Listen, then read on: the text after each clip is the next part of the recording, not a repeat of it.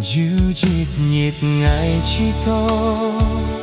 dùng xa cái chín mô mai hồ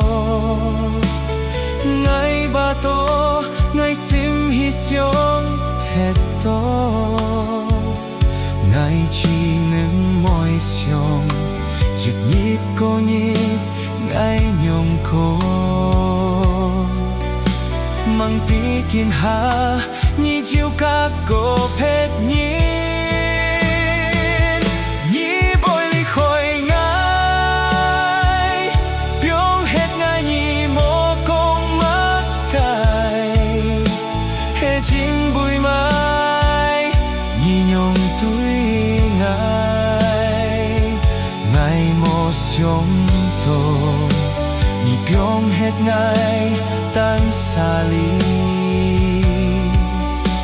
tuy nhi kêu hò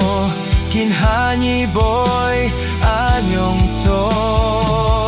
hé nhi môi ngài nhi hò cho công chút lời kiên hạ nhi hoi tô ngà cái xin yong xa cắm chim anh kêu kiên hạ mô chi xin dịt hạ sông tô ngã mục chip liu chút hi